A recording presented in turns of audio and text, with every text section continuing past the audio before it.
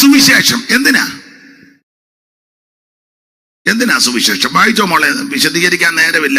തീത്തോസ് 2:11-12 അറിവുള്ള വാക്യമാ, വായിച്ചു. സകല മനുഷ്യർക്കും രക്ഷാകരമായ ദൈവകൃപ കുതിച്ചുവല്ലോ.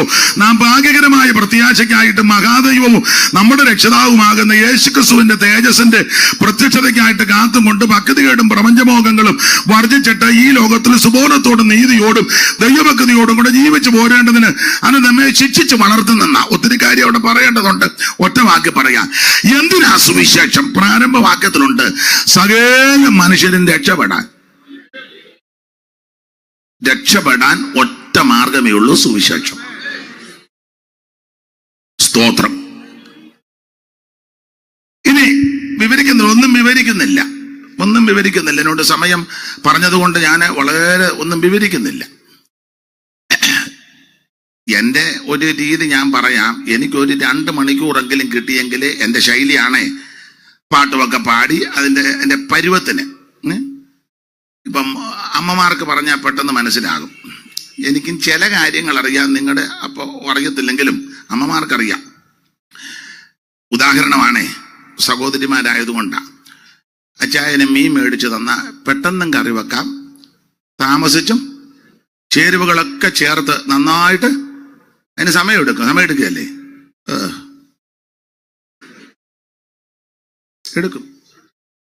അതതിന്റെ പരുവത്തിന് ചേരുവകളൊക്കെ ചേർത്ത് എന്നാ പെട്ടെന്നും കറി വെക്കാൻ ധൃതിയിൽ. ഇന്ന് പെട്ടെന്നാ, ചിലപ്പം ഒത്തില്ലെന്ന് വരും. അപ്പൊ എന്തായാലും എന്തിനായി സുവിശേഷം? സകല മനുഷ്യരും രക്ഷപ്പെടാൻ ഒറ്റ മാർഗം, ഒറ്റ വഴി, യേശുക്രിസ്തു മാത്രം. മറ്റൊരുത്തനും രക്ഷയില്ല. അതാ സുവിശേഷം. ഇനി ആരായി സുവിശേഷം കേൾക്കണ്ടേ? നമ്മള് ലഘുലേഖയായിട്ട് ചെല്ലുക, ഉണ്ടെ ചോദിക്കും സുവിശേഷമാ? വേണ്ട, ഇതല്ല സുവിശേഷം. ഒക്കെ ഞങ്ങൾക്കറിയാം, വൈദ്യൻ ഫാമിലിയാ. പോ കേട്ടിട്ടുണ്ടോ? വൈദ്യര്, ചാക്കോ വൈദ്യര്, തോമാ വൈദ്യര്, അങ്ങനെ മൊത്തം വൈദ്യന്മാരാ. എന്നാൽ ചില വൈദ്യന്മാരെന്ന് പേരെങ്കിലും മരുന്നിന്റെ പേര് പോലെ അറിയാനും മേല. എല്ലാവരുടെയും കാര്യമല്ല. എല്ലാവരുടെയും കാര്യമല്ല. പേര് ഒരാടത്ത് ഞാൻ ചോദിച്ചു, കുഞ്ഞുങ്ങൾക്ക് പണ്ട് ഒരമരുന്ന് കൊടുക്കും, വൈദ്യരല്ലേ പറയാൻ പറഞ്ഞു. കഴിച്ചിട്ടുണ്ടോ? കേട്ടിട്ടുണ്ടോ? ഇല്ല. പേരെന്നാ? എന്നെ തുറച്ചു നോക്കുന്നല്ലോ. ദൈവത്തിന് മകത്ത് പേരിലൊന്നും വലിയ കഥയില്ല. ചില വിഷയത്തിൽ കാസർഗോഡ് പണ്ട് ഒരു യോഗത്തിന്, ഇപ്പോൾ ഒരു വർഷങ്ങൾക്ക് മുമ്പ് യോഗത്തിന് പോയപ്പോൾ തീവണ്ടി ചെന്നിറങ്ങി, നല്ല ക്ഷീണം. അവരെ ബുദ്ധിമുട്ടിക്കണ്ടെന്നാൽ എന്തെങ്കിലും കഴിക്കാം. അപ്പൊ ഒരാളോട് യോജന പറഞ്ഞു, ഇതിലെ അങ്ങോട്ട് ചെല്ലുമ്പോൾ വലത്ത് വശത്തൊരു ഹോട്ടലുണ്ടെന്ന് പറഞ്ഞു. ചെന്നു. അപ്പൊ ഞാൻ ഹോട്ടൽ കണ്ടു. നല്ല ക്ഷീണം, എന്തെങ്കിലും കിട്ടിയാൽ മതി. വിശപ്പും ഉണ്ടായിരുന്നു. അപ്പൊ ഹോട്ടലിന്റെ പേര് ഞാൻ വായിച്ചു, ആനന്ദവിലാസം ഹോട്ടല്. ഇപ്പോഴും ഓർമ്മയിലുണ്ട്, ആനന്ദവിലാസം. അകത്ത് കയറി എന്തോ കൊണ്ട് അപ്പവും മുട്ടയും. അയ്യോ, ഒന്ന് കൊണ്ടുവരാൻ പറഞ്ഞു. 2 അപ്പവും 1 മുട്ടയും. എനിക്ക് 10-25 വർഷം മുമ്പാ കൊണ്ടുവന്ന്. വിശപ്പ് കൊണ്ട് അപ്പം എടുത്തു, ഇത് ഗ്രേവി മുക്കി, മുട്ട പൊളിച്ചപ്പം മുടി ചുറ്റിയിരിക്കുക. എന്നൊന്നും വെക്കണ്ട, മുടി നല്ലതാ. മുടി നല്ലതല്ലേ? എന്ത് സൂക്ഷിച്ച എത്ര നേരം ചീകി ഒതുക്കി ഇവിടെ വന്ന് ഇപ്പം അമ്മിയിരിക്കുന്നേ ഇല്ലേ? നിങ്ങളൊന്ന് ചിന്തിച്ചേ. അസമം കാലിന്റെ നഖം അത്രയും വൃത്തിയാക്കിയോ? നോക്ക് നഖം എങ്ങനെയാ, മുടി എങ്ങനെയാന്ന്. അപ്പൊ ഇത് വളരെ നന്നായിട്ടാ കൊണ്ട് നടക്കുന്നത്. കുളിച്ചില്ലെങ്കിലും എല്ലാം പറപ്പിച്ച് വൃത്തിയാക്കിയ. കുളിച്ചിട്ട് എത്ര ദിവസമായി ചിലര്? 2 പേര് പറഞ്ഞ് ഞാൻ കേട്ടു, ഒത്തിരി നാൾ കൂടി ഞാൻ തലയൊന്ന് കഴിയുമെന്ന്. ഞാൻ കേട്ടതാ, ഒത്തിരി നാൾ കൂടി ഇരുന്ന് എന്നാലും വൃത്തിയാക്കിയാ കൊണ്ട് നടക്കുന്നത്. അപ്പൊ ഞാന് ഇത് മുട്ടയിലെ മുടി എനിക്ക് വലിയ വിഷയമൊന്നുമില്ല. ഞാനതങ്ങ് കളഞ്ഞു, മുടി അങ്ങ് കളഞ്ഞു. പക്ഷെ അപ്പത്തിൽ കല്ല് കടിച്ചു. അത് ഇച്ചിരി ബുദ്ധിമുട്ടാണ്. പല്ലും പോയി, വലിയ പ്രയാസമായി. വിശപ്പുമുണ്ട്. പക്ഷെ ആ കടിച്ചതങ്ങ് മാറ്റിയപ്പം വീണ്ടും എടുത്ത പിന്നെയും കല്ല് കടിച്ചു. പിന്നെ കഴിച്ചില്ല. വളരെ പ്രയാസമായി. എങ്കിലും അവിടെ ചെന്ന് മാനേജർ ഇരിപ്പുണ്ട്. ഇപ്പോൾ ഓർക്കുന്നു, മുറുക്ക് തുപ്പി കടവായി കൂടൊക്കെ ഒഴുകുക. ഷർട്ട് ഇട്ടിട്ടില്ല, ഒരു തോർത്ത്, അത് കരിക്ക് കുത്തിയിടാം. അപ്പൊ ഞാന് പരിചയമില്ലാത്ത സ്ഥലവും ഒക്കെ ആണല്ലോ, സൂക്ഷിച്ചു വേണമല്ലോ പെരുമാറാൻ. ഞാന് ചോദിച്ചവൻ പറഞ്ഞു 23 രൂപ. അന്ന് 23 കൊടുത്തു.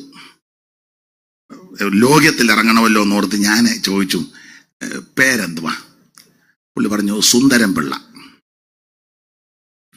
ഷർട്ട് ഇട്ടിട്ടില്ല, കരിക്ക് കുത്തുകിടാന്ന് പരുവത്തൊരു തോർത്ത്, മുറുക്ക് തുപ്പി കടവായി കൂടെ ഒഴുകി. അല്ല, ഇടയ്ക്കിടയ്ക്ക് പുള്ളി ഇങ്ങനെ വെക്കുന്നുണ്ട്. പേരെന്നാ? അങ്ങേരുടെ പേര് സുന്ദരൻ പിള്ള, ഹോട്ടലിന്റെ പേര് ആനന്ദ്. ഇത് രണ്ടും അവിടെ ഇല്ലെന്നുള്ളതാണ് സത്യം. എന്ന് പറഞ്ഞ പോലെ പേരെന്നാ? ചാക്കോ വൈദ്യൻ. ഒരു പേരങ്ങ് പറഞ്ഞതേ ഉള്ളൂ. എല്ലാവരുടെയും കാര്യമല്ല, എല്ലാവരുടെയും കാര്യമല്ല, പലർക്കും പേരേ ഉള്ളൂ. മോടെ പേരെന്നാ? മേഴ്സി. കൈ അറത്ത ഉപ്പ് തേക്കുകയല്ല. ഒരു ഇംഗ്ലീഷ് ഇരിക്കട്ടെ, മേഴ്സി. അതിന്റെ മീനിങ് പറ. അവിടെ ദയെന്ന് പറയുന്നത്, ഇവിടെ കരുണയെന്ന് പറയുന്നത്, രണ്ടും ഒന്ന് ആയിക്കോട്ടെ. പാസ്റ്റർ പറയുന്നത് എന്നെ ഉപദ്രവിക്കരുതെന്നായിരിക്കും. എനിക്കറിയാൻ പാടില്ലാത്ത കൊണ്ട് ചോദിച്ചതാ.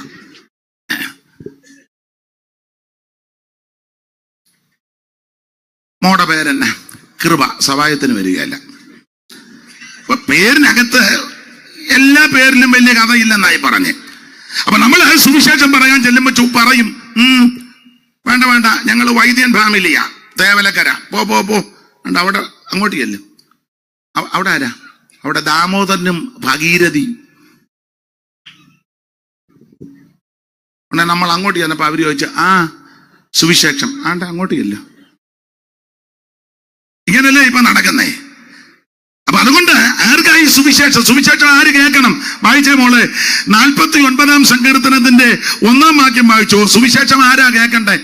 ഭാഗീരഥയാന്നോ, ശ്രീധരനാന്നോ, ദാമോദരനാന്നോ, ചാക്കോ വൈദ്യനാന്നോ, തോമസ് വൈദ്യനാന്നോ, അതോ അബ്ദുള്ളയാന്നോ, നസീറാന്നോ? ആരാ കേൾക്കേണ്ടത്? വായിരു മോളെ 49-1. സകല ജാതികളുമായുള്ളവരെ ഇത് കേൾക്കണം. എല്ലാവരും കേൾക്കണം. സകല ജാതികളും ആയുള്ളവര് ഇത് കേൾപ്പി. ജാതി സമ്പ്രദായമൊക്കെ മനുഷ്യൻ ഒപ്പിച്ചോണ്ട് വന്നതാ. വേദപുസ്തകം പഠിപ്പിക്കുന്നത് ഭൂതലത്തിൽ നിന്ന് കുടിയിരിക്കുവാൻ അവൻ ഒരുത്തനിൽ നിന്ന് മനുഷ്യജാതിയൊക്കെ യോളമാക്കി ഇരിക്കുന്നതെല്ലാം ഒറ്റ ഒരുത്തന്റെയാ. നിങ്ങൾ അംഗീകരിക്കത്തുമില്ല, വിശ്വസിക്കത്തുമില്ലെന്ന് എനിക്കറിയാം. പിന്നെ ചുമ്മാ ഇരുന്ന് ഗ്ലോറി എന്നൊക്കെ പറഞ്ഞ് പടലി വെട്ടിക്കുക, വിശ്വാസം ഒന്നുമില്ലെന്ന് എനിക്കറിയാം. അതെ, ഇപ്പോഴും ചെല്ലു പറയത്തില്ല, ഞങ്ങൾ ഇച്ചിരി കൂടിയതാ, അവരിച്ചിരി കുറഞ്ഞതാ, ഞങ്ങള് ഒറിജിനലാ, മറ്റേത് മാർഗം കൂടിയതാ.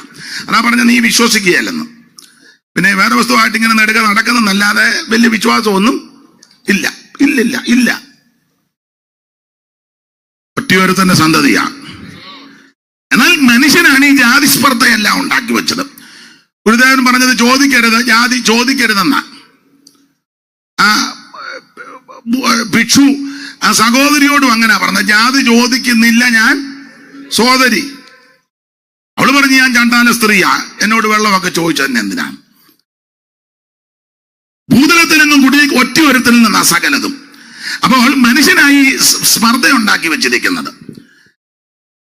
ഒരു പ്രയോഗമുണ്ടല്ലോ, ബ്രാഹ്മണോകം നരേന്ദ്രോഗമാട്യോഗം എന്നിങ്ങനങ്ങാമ്രേടിതം കലർന്നീടും ദജാന്തരേ ജന്തുക്കൾ ഭക്ഷിച്ച് കാറ്റിച്ചു പോകിലും ബന്ധു വെണ്ണീറായി ചമഞ്ഞു പോയിടിലും. അപ്പൊ ബ്രാഹ്മണ, ക്ഷത്രിയ, വൈശ്യ, ശൂദ്ര സംസ്കാരമൊന്നും ഞാൻ പറയത്തില്ല.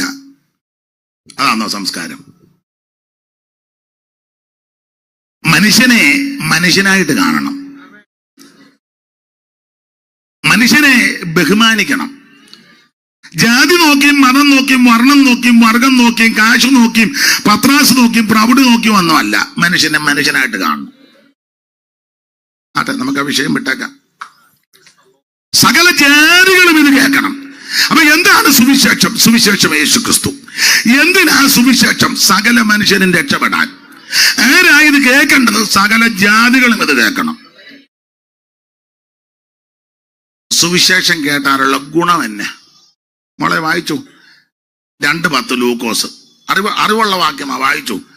ഇപ്പൊ ഈ ദിവസങ്ങളിലാണ് ഞാനിത് മിക്കടുത്ത് ഓർപ്പിക്കുന്നുണ്ട്. 2:10 വായിക്കൂ കുഞ്ഞേ. ദൂതൻ അവരോട്, ഭയപ്പെടേണ്ട, സർവ്വജനത്തിനും ഉണ്ടാകുവാനുള്ള ഒരു മഹാസന്തോഷം. ദൂതൻ അവരോട് പറയുക, ഭയപ്പെടേണ്ട, സർവ്വജനത്തിനും ഉണ്ടാകുവാനുള്ള മഹാസന്തോഷം. ദൈവത്തിന് മഹത്വം. 8-ാം വാക്യത്തിൽ വായിക്കുന്നത് ആട്ടിടയന്മാര് അവിടെ വെളിമ്പ്രദേശത്തായിരുന്നു. വായിച്ച മോളെ. അന്ന് ആ പ്രദേശത്ത് ഇടയന്മാർ രാത്രിയിൽ ആട്ടിൻകൂട്ടത്തെ കാവൽ കാത്ത് വെളിയിൽ പാർത്തിരുന്നു. അപ്പം കണ്ണിക്കാനും തർക്കിക്കാനും ഒന്നുമില്ല. എന്നേക്കാൾ പഠിച്ചവരായി പിടിച്ചിരിക്കുന്നത്. ഡിസംബർ 25 ഇപ്പൊ ഇവിടെ ക്രിസ്തുമസ്. വേറെ രാജ്യത്ത് ജനുവരി 7. ഇപ്പൊ യേശു ഓരോ മാസവും ജനിക്കണമെന്നുള്ളതാ. കേരളത്തിൽ വന്ന്, ഇന്ത്യ വന്ന് ഡിസംബർ 25 ജനിക്കണം. റഷ്യയിലൊക്കെ പോയി ജനുവരി. എന്റെ യേശുവെ നിന്റെ ഗതികേട് ആട്ടെ. സ്തോത്രം. നമുക്കിപ്പൊ തർക്കിക്കണ്ട. അപ്പം എന്തായാലും യേശു ജനിച്ചു. പഠിതാക്കൾ ഇതിനെപ്പറ്റി നന്നായി പഠിച്ചവര് ഇന്നും ഞങ്ങളുടെ ചർച്ചിൽ ഒരാൾ പറഞ്ഞപ്പോൾ അത് ശരിയായിട്ട് കുറച്ചുകൂടെ പറഞ്ഞു. കർത്താവിന്റെ ദാസൻ ഡിസംബർ മാസം ജനിക്കാൻ സാധ്യതയില്ല. കാരണം ഇടയന്മാര് വെളിയിൽ കിടക്കുക. ഈ തണുപ്പത്താരാ വെളിയിൽ കിടക്കുന്നേ? ഒന്നുകൂടെ വായിച്ചേ മോളെ. 8-ാം വാക്യം. അന്ന് ആ പ്രദേശത്ത് ഇടയന്മാർ രാത്രിയിൽ ആട്ടിൻകൂട്ടത്തെ കാവൽ കാത്ത് വെളിയില. ഈ തണുപ്പത്താരാ വെളി? ആരും കിടക്കുകയല്ല. അപ്പം മനസ്സിലായി കാണുമല്ലോ. 25 പിന്നെ ഒരു കണക്കിരിക്കട്ടെ. കാരണം എന്തെല്ലാം കാര്യങ്ങളാ ആൾക്കാർക്ക് ഈ ദിവസങ്ങളിൽ സാധിക്കുന്നേ. ഗവൺമെന്റിന് ലാഭം അറിയാമല്ലോ. എന്ത് മര്യാദരാമന്മാരായിട്ടാ നിൽക്കുന്നേ ഇല്ലേ? അതെ, വളരെ എന്ത് വിനയമാണെന്നറിയാം.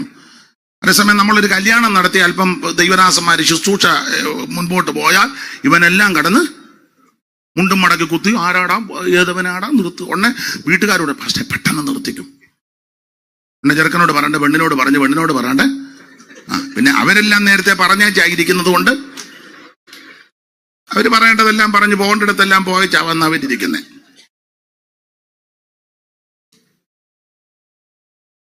ഒരു ശവമടക്ക് നടത്തുമ്പോഴാണെങ്കിലും അല്പസമയം പോയാൽ ചിലയിടത്ത്, എല്ലായിടത്തും അല്ല, ചിലയിടത്ത് പ്രശ്നമാണ്. ഞങ്ങളുടെ കാവാലത്ത് ഒരു മാന്യ പിതാവ് മരിച്ചു. അടക്കാനായിട്ട് അന്ന് ചാക്കോച്ചനാ വന്നേ, ആലപ്പുഴ ഡിസ്ട്രിക്ട് പാസ്റ്റർ. അദ്ദേഹം അങ്ങോട്ട് വന്ന് എഴുന്നേറ്റ് നിന്ന് 2 വാക്ക് പറയാൻ സമ്മതിക്കുന്നില്ല. പ്രശ്നം ഒരുത്തനെ, അവന് സമുദായക്കാരന്, അവന് പിന്നെ അവന്റെ ശിങ്കടികളുണ്ട്. പ്രശ്നം. ഞാനൊന്ന് നോക്കി. ഒരു ശുശ്രൂഷ ചെയ്യുമ്പോൾ അതിനൊരു മുഖാന്തരമില്ലേ? ഒന്ന് നോക്കി ഞാൻ. ഇവനെ പിന്നെയും ബഹളമാ. പുള്ളി വെളിയെന്ന് വന്ന ആളല്ലയോ കർത്തദാസൻ, പുള്ളിക്ക് അറിയത്തില്ലല്ലോ. ഇവന്മാരങ്ങ് പ്രശ്നമാ. 2 മിനിറ്റ് പുള്ളി എടുക്കുന്നില്ല തുടങ്ങിയിട്ട്. പ്രശ്നമാ. ഇയാളിതൊന്നും പറഞ്ഞിട്ട് പെട്ടെന്ന് ഞാനുണ്ടായിരുന്നു. ഞാൻ പറഞ്ഞു, ബാ നമുക്ക് പോകാം, അവൻ അടക്കിക്കോളൂ എന്ന് പറഞ്ഞു. അടക്കടാന്ന് വന്ന് പറഞ്ഞു. കേറി പിടിച്ച് ചാക്കോച്ചന്റെ കൈ വരാൻ പറഞ്ഞു. അവൻ അടക്കിക്കോളൂ എന്ന് പറഞ്ഞു. പിടിച്ച് ഞാൻ വെളിയിലോട്ട് വന്നപ്പം ഞാൻ പറഞ്ഞു, ദൈവത്തെ ഓർത്ത് പോകരുത്, അവന് ഭ്രാന്താന്ന് പറഞ്ഞു. ഞാൻ പറയുന്നത്, ഒരു സമുദായത്തിൽ ഓർത്തഡോക്സ് പള്ളിയോ യാക്കോബ പള്ളിയോ കാത്തലിക്സ് പള്ളിയോ അങ്ങനെയുള്ള പള്ളിയിൽ അച്ഛൻ കുർബാനയ്ക്ക് അവിടെ നിൽക്കുമ്പോൾ മുഴുവനും ചൊല്ലിത്തീരുകയും ക്രമീകരിച്ച് ഒറ്റയൊരുത്തം മിണ്ടത്തില്ലല്ലോ. മിണ്ടുവോ? ഇല്ല. ഹൈന്ദവരായ സ്നേഹിതന്മാരുടെ ആ ശവസംസ്കാര വേളയിൽ ആ ഭൗതിക ശരീരം കിടത്തിക്കൊണ്ടവരുടെ കർമ്മങ്ങൾ ചെയ്യും. ആരാലും ചെന്ന് തിരുമേനോട് പറയാ, മുഴുവൻ ശ്ലോകവും ചെല്ലണ്ട, പെട്ടെന്ന് ചെല്ലാൻ. ഏതിലൊരുത്തം പറയുമോ? ഒറ്റയൊരുത്തൻ അനങ്ങുകയല്ല അവിടെ.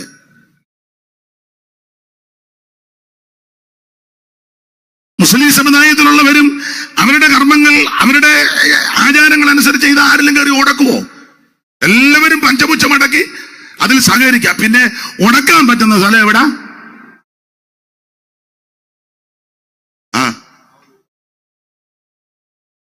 വരാൻ പറഞ്ഞു, അവൻ അടക്കിക്കൊള്ളൂ എന്ന് പറഞ്ഞു. അപ്പൊ പിന്നെ പ്രശ്നമായി.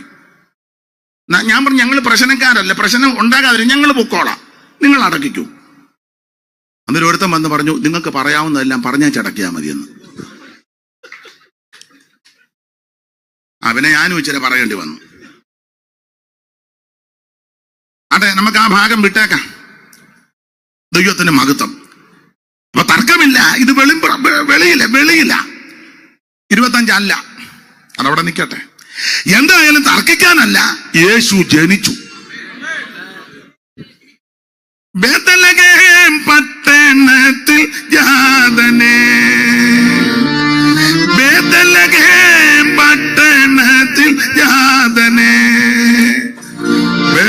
ജ്ഞാനികൾക്കുള്ളിരിക്കും, ജ്ഞാനികൾക്കുള്ളിരിക്കും വേദവേദാന്തനെ,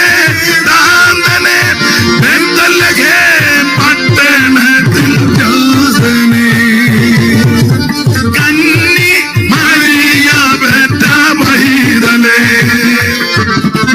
കന്നി മറിയ പെറ്റ പൈതലേ, എന്നും സ്തുതിപ്പവർക്ക്, എന്നും സ്തുതിപ്പവർക്ക് ഭയമേകും കാതലേ, ബേത്ലഹേം പട്ടണത്തിൽ ജാതനേ, ബേത്ലഹേം പട്ടണത്തിൽ ജാതനേ. ദൈവത്തെ സ്തുതിക്ക്. അപ്പോൾ യേശുക്രിസ്തു ബേത്ലഹേമിൽ ജനിക്കുമെന്ന് മീക പ്രവചിച്ചല്ലോ, ജനിച്ചു. തർക്കിക്കാനൊന്നുമില്ല, തർക്കിക്കാൻ വിജയിക്കത്തുമില്ല. യേശു ജനിച്ചു. ബേത്ലഹേം വായിച്ചേ മോളെ, മീക 5:2. അറിവുള്ള വാക്യമെങ്കിലും വായിച്ചു, പെട്ടെന്ന് വായിക്കും. നീയോ ബേത്ലഹേം എഫ്രാത്തേ, നീയോ ബേത്ലഹേം എഫ്രാത്തേ, നീ യഹൂദാ സഹസ്രങ്ങളിൽ ചെറുതായിരുന്നാലും ഇസ്രായേലിന് അധിപതിയായിരിക്കുന്നവൻ എനിക്ക് നിന്നിൽ നിന്ന് ഉത്ഭവിച്ചു വരും. നീ ഇസ്രായേൽ സഹസ്രങ്ങളിൽ ചെറുതാ. എന്റെ വിഷയമല്ലെങ്കിലും ഒരു നടത്തിപ്പിൽ അങ്ങ് പോവുക. ദൈവത്തിന്റെ മഹത്വം. മീഖാപ്രവചനത്തിലെ പ്രതിപാദ്യ വിഷയം തന്നെ നമുക്കറിയാം. സ്തോത്ര ന്യായപതിയുടെ ദൂതൊക്കെ പറയുന്നുണ്ട്. മീഖാപ്രവചനത്തിലെ പ്രധാനപ്പെട്ട വാക്യമാ 6-ാം അധ്യായത്തിന്റെ 8-ാം വാക്യം, 6:8. വായിച്ചോ മോളെ. മനുഷ്യ, നല്ലതെന്തെന്ന് അവൻ നിനക്ക് കാണിച്ചു തന്നിരിക്കുന്നു. നല്ലതെന്തെന്ന് ദൈവം തമ്പുരാൻ കാണിച്ചു തന്നിരിക്കുക. എന്തുവാ? ന്യായം പ്രവർത്തിപ്പാനും. ഒന്ന് ന്യായം പ്രവർത്തിക്കണം, ദയാതൽപരനായിട്ടിരിക്കണം, പിന്നെ നിന്റെ ദൈവത്തിന്റെ സന്നിധിയിൽ നിന്നെ തന്നെ താഴ്മയോടെ നടപ്പാനും. ഇത്രേ ഉള്ളു ദൈവം ഇഷ്ടപ്പെടുന്നത്. ന്യായം പ്രവർത്തിക്കണം, ദയാതൽപരനായിരിക്കണം, ദൈവസന്നിധിയിൽ താഴണം. ന്യായം, അന്യായത്തിന് ഊട് നിൽക്കരുത്. ചേട്ടന്റെ അനിയന്റെ വസ്തു ഒന്നും അടിച്ചു മാറ്റരുതെന്നായി പറഞ്ഞത്. ചേട്ടനോ അനിയനോ പെങ്ങളോ ഒക്കെ അമേരിക്കയിലോ ഗൾഫിലോ അവരവിടെ പോയി ഇനി മേരികയല്ല, എന്നാ പിന്നെ എങ്ങനെയും കള്ളയാധാരം ഉണ്ടാക്കി അപ്പച്ചൻ ചാകാനായിട്ട് ഇങ്ങനെ വിരല് പിടിച്ച് അമ്മക്ക് ഉപ്പും മേടിച്ചു. നീ ശരിയാകുകയല്ല. അങ്ങനെയുള്ള വിദ്വാന്മാരെ എനിക്കറിയാമെന്ന്. ഞാൻ പേര് പറയണോ ജോസ് മാസ്റ്ററെ? വേണ്ട, ആട്ടെ. ഉണ്ടെന്ന്, വലിയ വിദ്വാന്മാരുണ്ടെന്ന്. എടാ, ചേട്ടനുള്ളതാന്നേലും അനിയനുള്ളതാന്നേലും പെങ്ങൾക്കുള്ളതാന്നേലും കൊടുക്കേണ്ടത് കൃത്യം കൊടുക്കണം. അടിച്ചു മാറ്റിയാൽ നിനക്ക് നിന്റെ സന്തതിക്കും ഗുണം വരികയില്ല. കൈ വെടിപ്പായിരിക്കണം. കൈ മലർത്തുമ്പോ ഇതിനകത്ത് ആകൃതിയൊന്നും കാണരുത്. പർവ്വതത്തിൽ ആര് കഴിവെന്ന് ചോദിച്ച ആൻസർ പറഞ്ഞു, വെടിപ്പുള്ള കയ്യെ. ഏണി വച്ചൊന്നും കയറുന്ന തലമല്ലത്. എന്നെ എല്ലാവർക്കും ഒരു അരുതാഴിയ പോലെ. ഞാൻ ഇച്ചിരി സമയം കൂടെ എടുത്തോട്ടെ. ആട്ടെ. പോലീസ് വരിക എന്നെ പറ, അയാളെ പിടിച്ചോണ്ട് പൊക്കോളാൻ പറ. നിങ്ങളങ്ങ് പൊക്കോ. അത്രേ ഉള്ളൂ. ഞങ്ങള് കോവിഡിന്റെ സമയത്ത് യോഗം നടത്തി. അപ്പം ഭയങ്കര പ്രശ്നമുള്ള സമയമാണ്. നിങ്ങൾ ഇനി അത് പറഞ്ഞ് തർക്കം ഉണ്ടാക്കണ്ട, ഇങ്ങോട്ട് നോക്കി. ഇനി അത് പറഞ്ഞ് വേണ്ട. രണ്ടുപേരെ ഞാൻ മാറ്റിയിരുത്തും. അപ്പൊ വലിയ പ്രശ്നമായപ്പം ന്യൂസ് വന്ന് നാളെ ആരും കൂടരുത്. അപ്പോൾ ഒരുത്തൻ എന്നെ വിളിച്ച് പറഞ്ഞു, ഇന്ന് പോലീസ് വരുമെന്ന് പറഞ്ഞു. പോലീസ് ഇവിടെ വരും. ഞാൻ പറഞ്ഞെടാ, പോലീസ് വരുമ്പം ഞാൻ വാതൊക്കെ എന്ന് പറയണം, എന്റെ പൊന്ന് സാറേ അയാൾ ഒറ്റ ഒരുത്തനാന്ന് എന്നെ ചൂണ്ടിക്കാണിക്കണം. നീ എന്നിട്ട് ഒറ്റ ഓട്ടം ഓടിക്കണം നിന്റെ മെമ്പളെയും വിളിച്ചോണ്ട്.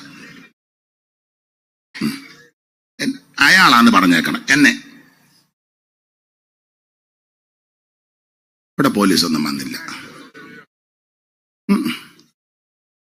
ന്യായമായ ചില കാര്യം പറയട്ടെ. ന്യായമാണെന്ന് അംഗീകരിച്ചാൽ മതി. ന്യായം പ്രവർത്തിക്കണമെന്നാണല്ലോ.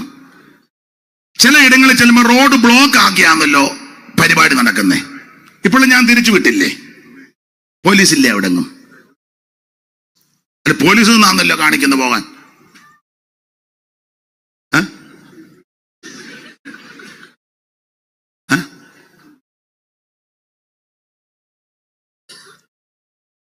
റോഡിന്റെ നടുക്ക് മേശയും ഡെസ്കും ഇട്ട്, മനസ്സിലായല്ലോ?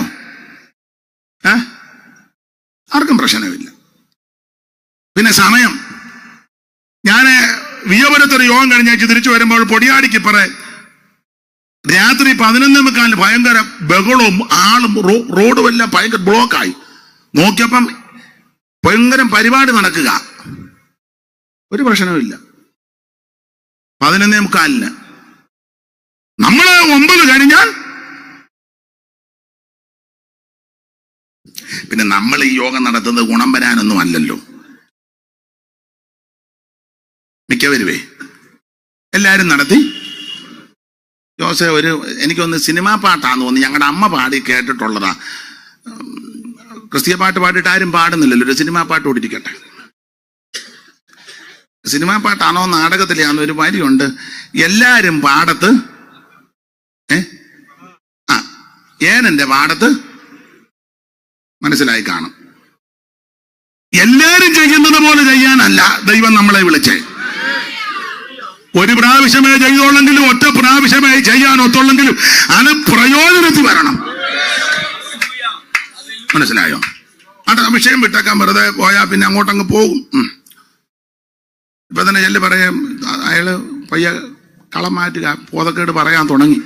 നിങ്ങളിപ്പോ ഹൃദയത്തിൽ ചിന്തിച്ചിട്ടുണ്ട്. ചിലര് പ്രാർത്ഥിക്കുന്നുണ്ട്, ദൈവമേ ബന്ധിക്കണേ ബന്ധിക്കണേ. ഉണ്ടുണ്ട്, എനിക്കറിയാം. പിന്നെ ഇരിപ്പ് കാണുമ്പോ അറിയാം ദൈവത്തിന് മഹത്വം. ഒരു കാര്യം പറയാം, അല്ലെ? ന്യായം എല്ലാവർക്കും അല്ലേ? എല്ലാവരും എല്ലാത്ത ഭാഗവക്കാകണ്ടേ? അപ്പൊ ദൈവം ഉദ്ദേശിക്കുന്നത് ഒന്ന് ന്യായം പ്രവർത്തിക്കണം, ന്യായമായിരിക്കണം. അതിന് മാന്തരുത്. സഹോദരങ്ങൾക്ക് കൊടുക്കാനുള്ളത് കൊടുക്കണം. അപ്പുറത്തുകാരന്റെ ഒരു ചുവട് സ്ഥലം പോലും നീ എടുക്കരുത്. സ്തോത്രം. അനീതിക്ക് കൂട്ടുനിൽക്കരുത്. തെറ്റ് തെറ്റാണെന്ന് പറയണം. അതിന് കുമ്മായ അടിക്കരുത്. ദൈവം ഇഷ്ടപ്പെടുന്ന കാര്യമാ. ദൈവത്തിന് മഹത്വം. ദയാതൽപരനായിരിക്കണം. ദയൊക്കെ വേണ്ടേ? അയ്യോ, അവിടുന്ന് ദയുള്ളത് കൊണ്ടല്ലേ നമ്മൾ ഇന്ന് രാത്രി ഇവിടെ ഇരിക്കുന്നത്. നിന്റെ ദയ ജീവനേക്കാൾ നല്ലത്. എന്റെ അധരങ്ങൾ നിന്നെ സ്തുതിക്കും. അങ്ങനെ എന്റെ ജീവകാലമൊക്കെ ഞാൻ അങ്ങനെ നിന്നെ വാഴ്ത്തുമെന്ന്. വിലാപങ്ങൾ വായിക്കുന്ന വാക്യം നമുക്കറിയാം. നാം മുടിഞ്ഞു പോകാതിരിക്കുന്നത് ദൈവത്തിന്റെ ദയയാ. ഉന്നതന്മാരും മിടുക്കന്മാരും സേട്ടന്മാരും കടന്നു പോയപ്പോൾ ഇന്ന് രാത്രിയും ആയുസോടിരിക്കാനും കൂടുവാനും ഇടയായത് ദൈവത്തിന്റെ ദയയാ. കാത്തുകൃപയും കാലം മുഴുവൻ നീ കൈവിടാതെ കൺമണി പോലെ. കാത്തുകൃപയെ കാലം മുഴുവൻ നീ കൈവിടാതെ കൺമണി പോലെ. ഓ കലങ്ങിയുള്ള നീളും നേരാ, കലങ്ങിയുള്ള നീളും നേരോ അരികിൽ വന്നേ. ആശ്വാസം അരികിൽ വന്നേ. മമ മനാല പ്രേമത്താലേ, മമ മനാല പ്രേമത്താലേ നിലയുന്നേയൻ ഉള്ള നിന്നേരം, നിലയുന്നേയൻ ഉള്ള നിന്നേരം.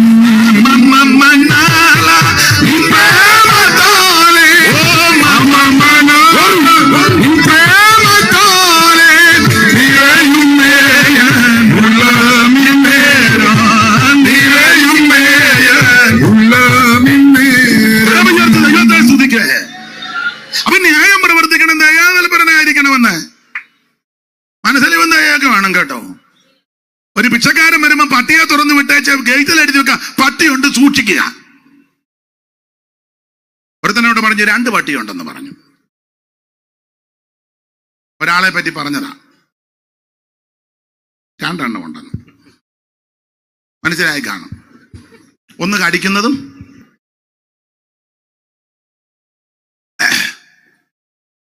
എടാ ഭിക്ഷക്കാരനാ വരുന്നെങ്കിൽ 10 രൂപ കൊടുക്കണ്ടേ? കൊടുക്കണം. രാവിലെയാ വരുന്നെങ്കിൽ എന്തുവാ ജോസേ, എന്തുവാ എന്നെ പറ്റി തെറ്റിച്ചോ ഞാൻ?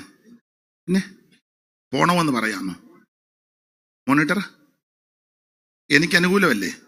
അതങ്ങനെ വേണം. പിന്നെ എനിക്ക് അനുകൂലമാ, എന്നാ പറഞ്ഞു. അപ്പൊ ശ്രദ്ധിക്കുക, ഒരു കരുണ വേണ്ടേ, ദയ വേണ്ടേ? അവിടുന്ന് ദയുള്ളത് കൊണ്ടല്ലേ നമ്മൾ ഇന്ന് രാത്രി ഇവിടെ ഇരിക്കുന്നേ. കിളച്ചു കൊടുത്തപ്പോ മറ്റവനിങ്ങോട്ട് അവന്റെ കൊങ്ങായി കയറി പിടിച്ചു. കിളച്ചിങ്ങോട്ട് കൊടുത്തു വിട്ടതേ ഉള്ളൂ. വായിച്ചിട്ടുണ്ടല്ലോ. ദൈവത്തിന്റെ ദയ നമുക്കും അങ്ങനെ ഉണ്ടായിരിക്കണം. ദയാതൽപരരായിരിക്കണം. രാവിലെ ഒരാൾ വന്നാൽ കട്ടൻ കൊടുക്കണം. ഉണ്ടെങ്കിൽ എടുക്കട്ടെ, ഇടണോ? കുടിച്ചാച്ചായിരിക്കും വന്നേക്കുന്നത്, അല്ലയോ? ഇതൊക്കെയാണ് അതിന്റെ മര്യാദ.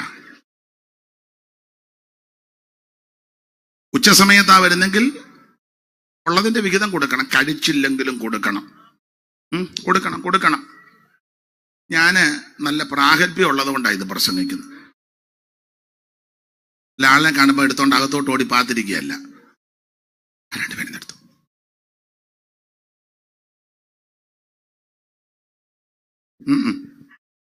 വരാൻ പറയണം. 2 കഷണം കപ്പേ ഉള്ളൂ, 1 കൊടുക്കണം. എന്നുവെച്ച് വേണം മറുഭാഷ പറയാൻ. നിങ്ങൾ സ്തോത്രമൊന്നും പറയാലെന്ന് എനിക്കറിയാം. വേണ്ട, എന്നെ കനപ്പിക്കുമൊന്നും വേണ്ട. ദയാതൽപരനായിരിക്കണം. ദൈവസന്നിധിക്ക് താഴണം. അഹങ്കാരമൊന്നും പാടില്ല. അഹങ്കാരമൊക്കെ കണ്ടതല്ലേ കോവിഡിന്റെ സമയത്തും വെള്ളപ്പൊക്കത്തിന്റെ സമയത്തും. വെള്ളപ്പൊക്കം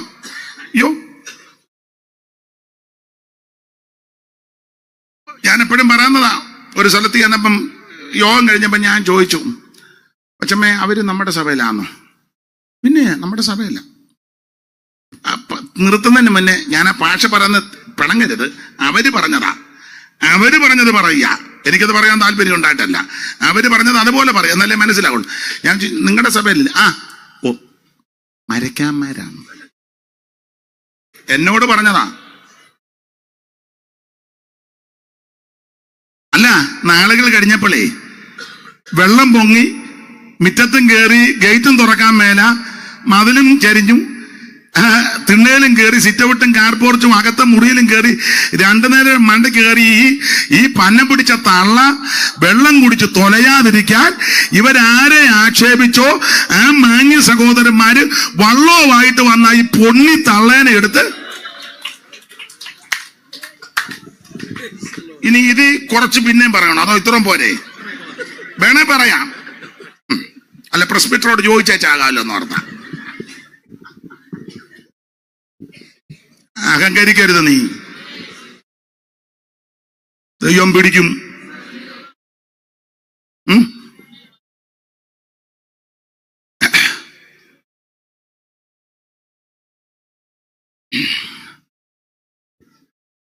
ഒത്തിരി കാര്യങ്ങൾ ഓർക്കുന്നുണ്ട്. അതാ ഞാനങ്ങ്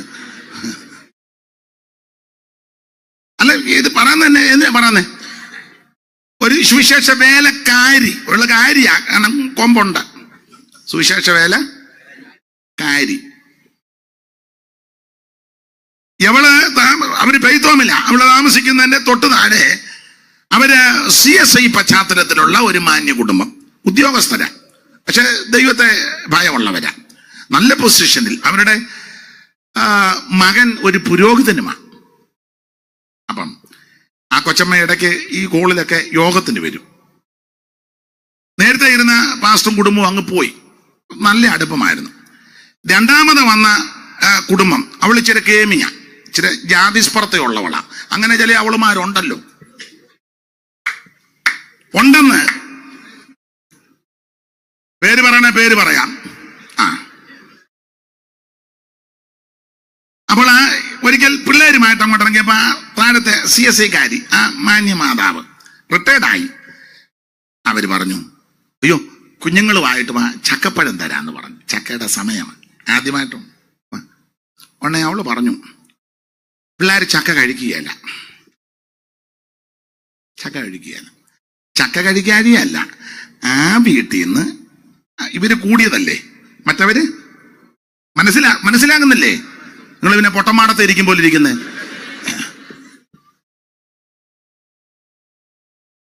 എവള് കൂടിയതാ, അവര് കുറഞ്ഞതല്ലേ. അതുകൊണ്ട്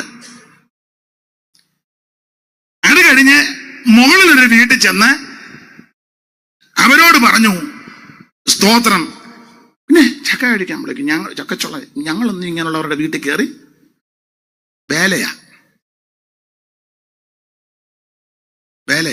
അവളിപ്പോഴും ഉണ്ട്. ഇവളൊക്കെ ശുശ്രൂഷിക്കുന്ന ഏരിയയിൽ വെള്ളിടി വിട്ടു. വെള്ളിടി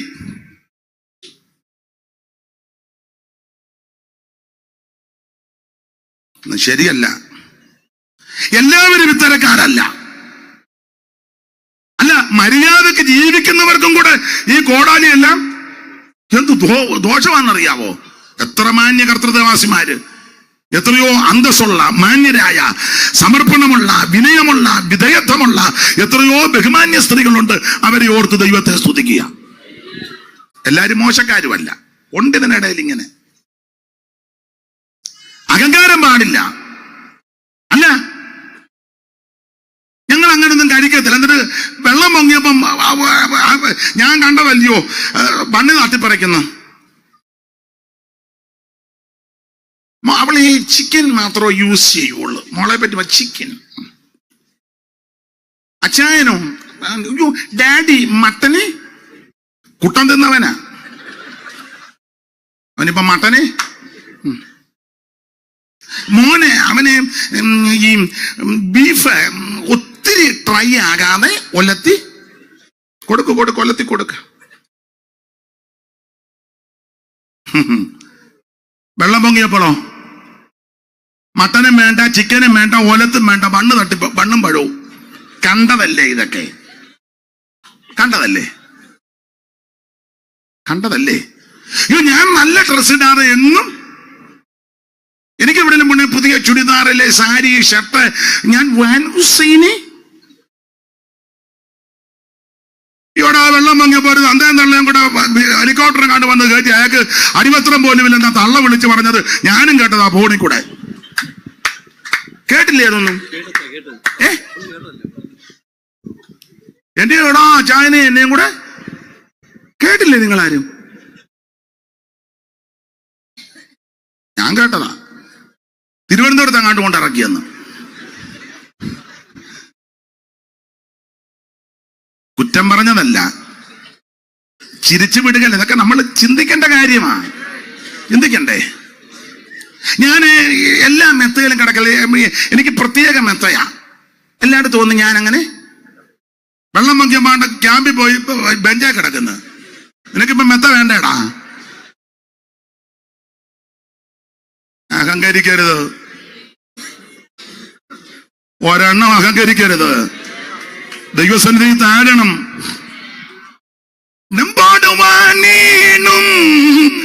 ധനാഢ്യർ സാധുക്കളായോരും ദമ്പോട് വാണിടും.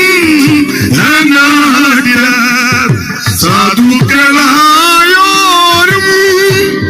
എല്ലാരും അങ്ങ് ഒരുപോലെ ലോക.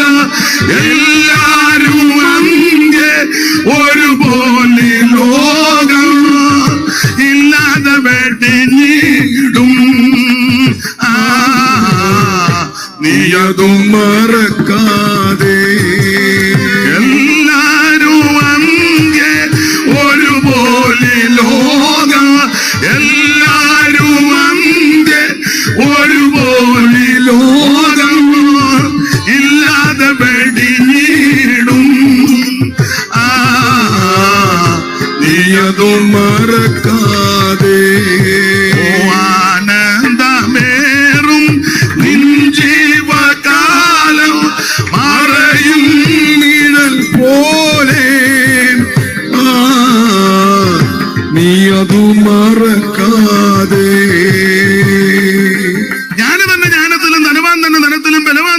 പ്രശംസിക്കരുത്. വല്ലതും പുകടാനുണ്ട് പ്രിയരെ, കാൽവരി ക്രൂശിലാ. എന്തെങ്കിലും രണ്ട് കാര്യം പറയുന്നത് യേശുവിന്റെ ക്രൂശിലാ. അവൻ ന്യായം പ്രവർത്തിക്കണം, ദയാതലപരനായിട്ടിരിക്കണം, പിന്നെ ദൈവത്തിന്റെ സന്നിധിയിൽ നിന്നെ തന്നെ താഴ്ത്തണം. ഇതാ ദൈവം ഇഷ്ടപ്പെടുന്നത്. ആട്ടെ, ഞാൻ ഓടിച്ചങ്ങ് പോയേക്കാം. ദൈവത്തിന്റെ മഹത്വം, മീകാ പ്രവചനം, ദൈവത്തിന്റെ മഹത്വം. ഇതിനകത്തെ പ്രധാന വാക്യമാ നമ്മുടെ പാപങ്ങളെ സമുദ്രത്തിന്റെ ആഴത്തിലിട്ട് കളഞ്ഞെന്ന. അതാ അവിടുത്തെ ക്ഷമ, പാപം പരിഹരിക്കുന്ന വിധം. ഇതുപോലൊരു ദൈവം വേറെ ആരുണ്ട്? മീക എന്ന വാക്കിന്റെ അർത്ഥം ദൈവത്തോട് സമനായിട്ട് ആരുണ്ടെന്നാ. ദൈവത്തോട് സമനായിട്ട് ആരുമില്ല. അവിടത്തേക്ക് തുല്യം പറയാൻ ആരേലും ഉണ്ടോ? ആരുമില്ല. എങ്ങനെ തുല്യം പറയാൻ? ഇതുപോലെ പാപം ക്ഷമിക്കുന്ന വേറെ ആരിലും ഉണ്ടോ?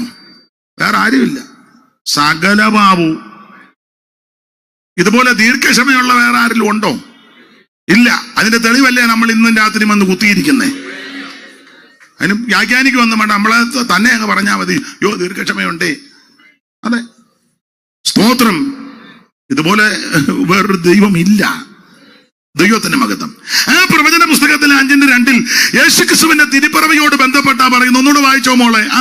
നീയോ ബേത്ലഹേം എഫ്രാത്തേ, നീ യഹൂദാ സഹസ്രങ്ങളിൽ ചെറുതായിരുന്നാലും ഇസ്രായേലിന് അധിപതിയായിരിക്കേണ്ടുന്നവൻ എനിക്ക് നിന്നിൽ നിന്ന് ഉത്ഭവിച്ചു. നീ ചെറുതാ. അങ്ങനെ അടിച്ചേക്കുന്നേ.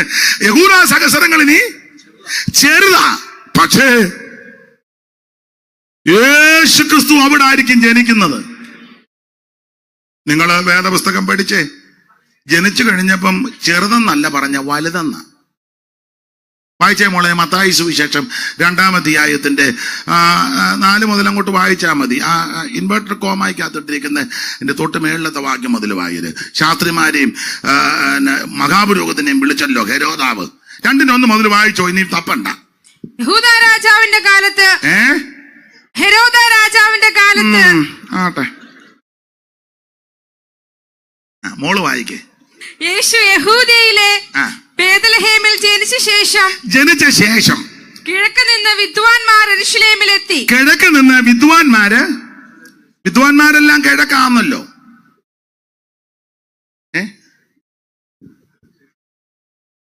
പലസ്തീന്റെ അവിടെ നിന്ന് ചിന്തിച്ചാൽ കിഴക്ക് എവിടായിട്ട് വരും?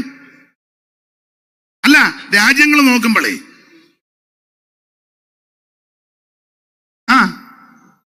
ചൈനയും ഇന്ത്യയും പാകിസ്ഥാനും ഒക്കെ കിഴക്ക് ഭാഗമാ. കുറച്ച് അതിനല്ലേ പറഞ്ഞ ഒത്തിരി കിഴക്കോട്ട്. ഏതാണ്ട് ഈ നമ്മുടെ ഇന്ത്യ രാജ്യം കിഴക്ക. വിദ്വാൻമാരല്ല.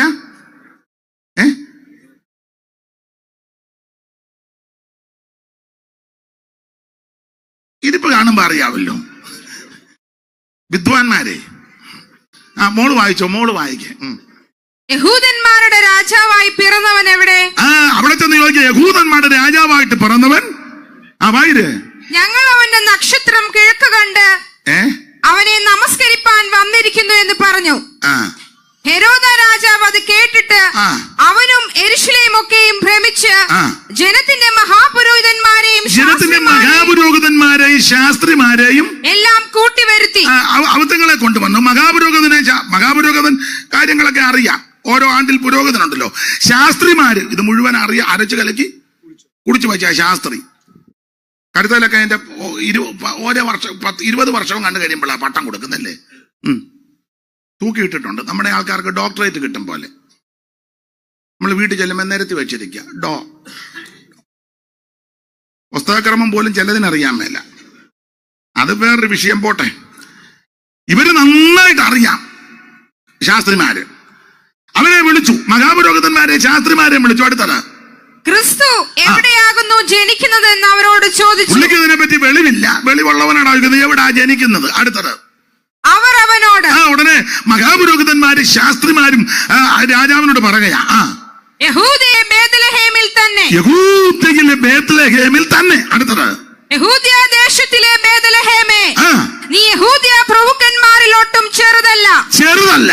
മീക പറഞ്ഞിരിക്കുന്നത് ചെറുതാന്ന. പക്ഷേ ലോകരക്ഷകനാകുന്ന യേശുക്രിസ്തുവിന്റെ തിരുജനനം കൊണ്ട് ഈ ചെറുപ്പം മാറി വലുപ്പത്തിലേക്ക് വരിക.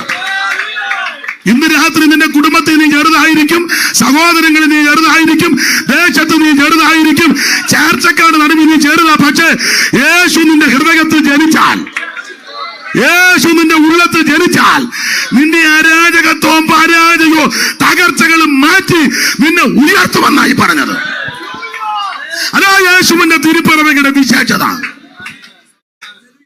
മികവാഴ്ചത് ചെറുതാണ്, പക്ഷേ രക്ഷകന്റെ ജനനത്തോട് പറയാം, ആ ചെറുപ്പമെല്ലാം മാറ്റി. ഒട്ടും ചെറുതല്ല. ദൈവത്തിന് മഹത്വം. നമ്മുടെ കർത്താവിന്റെ തിരുപ്പിറവി, തിരുജനനം എത്ര ശ്രേഷ്ഠമാ. ദൈവത്തിന് കന്യകാസുതനായി തരയിൽ വന്നുദിച്ച ധന്യനിമ്മാനുവേൽ ഇവൻ താനേ. കന്യകാസുതനായി തരയിൽ വന്നുദിച്ച ധന്യനിമ്മാനുവേൽ ഇവൻ താനേ. ഇവനെ ഇവനെ ഇവനെ ഇവനെ ക്രിസ്തേശുരക്ഷകൻ ഇവൻ താനേ. ഇവനെ ഇവനെ ഇവനെ ഇവനെ ക്രിസ്തേശുരക്ഷകൻ ഇവൻ താനേ. ദൂതന്മാരനുദിനങ്ങാന്മാർ കാത്തു നിന്ന ദൈവത്തിനിശികായും ഇവൻ താനേ. യൂതന്മാരനുദിനങ്ങാന്മാർ കാത്തിരുന്ന ദൈവത്തിനിശികായും ഇവൻ താനേ.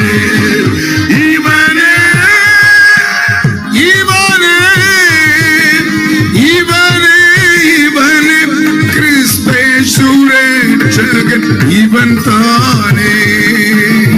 നിക്കുവിൻ ഇവനെ എന്നല്ലറി ശത്രുഗണ ക്രൂശിപ്പാൻ കൊണ്ടു തോന്നും ഇവൻ താനേ. നിക്കുവിൻ ഇവനെ എന്നല്ലറി ശത്രുഗണം ക്രൂശിപ്പാൻ കൊണ്ടു തോന്നും ഇവൻ താനേ. ഇവനെ ഇവനെ ഇവനെ ഇവനെ ക്രിസ്തേശുരക്ഷകൻ ഇവൻ താനേ. ദൈവത്തെ സ്തുതിക്ക്. യേശു ക്രിസ്തുവിന്റെ തിരുപ്പിറവി. അവിടുന്ന് ജനിച്ചത് ബേത്ലഹേമില്ല, യഹൂദയിലെ ബേത്ലഹേം. അങ്ങനെ